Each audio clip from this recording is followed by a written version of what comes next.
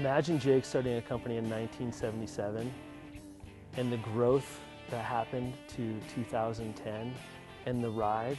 And it wasn't just a company growing, it was a sport growing. When I think back to the early days over here, you know, there were a handful of snowboarders in Boulder, and now there's millions of snowboarders in the United States. The biggest contribution Jake made, at least in the Boulder area, when we were trying to snowboard, was he was going literally door to door, selling snowboards or trying to get shops to carry it and open it up to open snowboarding up to a wider audience. 1981 was the first snowboard contest, and it was held at a very historic place in Colorado, the Ski Cooper.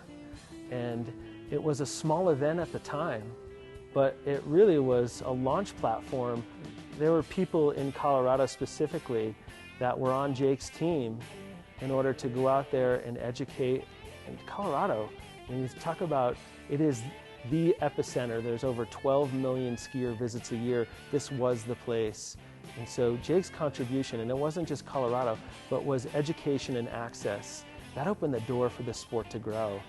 He's very good at having relationships with people, whether they're a gnarly businessman or someone like me or a young kid. He can kind of relate with anybody and really kind of explain the scenario of whatever he's trying to do. If it's snowboarding at a mountain that won't allow it, he's kind of good at persuading those people that snowboarding's just like skiing. It's just another thing to get down that hill.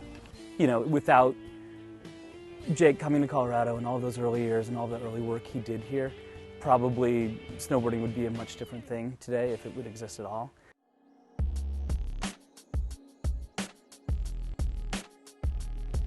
Jake's vision beyond the snurfer, I think, became something of a passion of just riding product.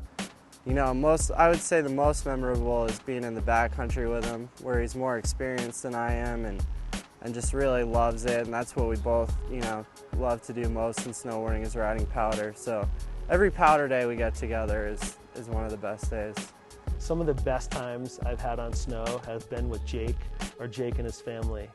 And for any snow enthusiast, you know what it's like when you ride with people who make you smile, make you do better things, and just have fun.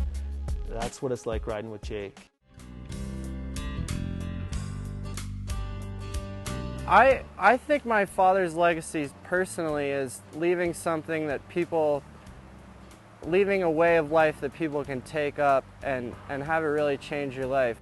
I don't know if people know another story about Burton's success, Jake in particular, but it's his wife Donna. Donna was very involved from the get-go in this company, and she also had great vision. And the story has not yet been told about Donna, but she deserves a lot of credit along with Jake, and they made a great team. I think Jake will be most remembered for pioneering the sport, really. And he's pretty like normal guy, and he's just kind of no different than me or anybody else, that's for sure. Jake, in this wonderful night in your honor, I want to thank you and congratulate you from all of us here in Colorado and back in Vermont and all over the world. On behalf of everybody that learned to ride right here on your boards and all of the opportunities you've opened for all of us over the years, we thank you very much. Congratulations. Hey Dad, I think it's awesome that you're the second snowboarder to be inducted into the Hall of Fame, even though you should have been the first. Congrats, Jake. That's a pretty cool accomplishment.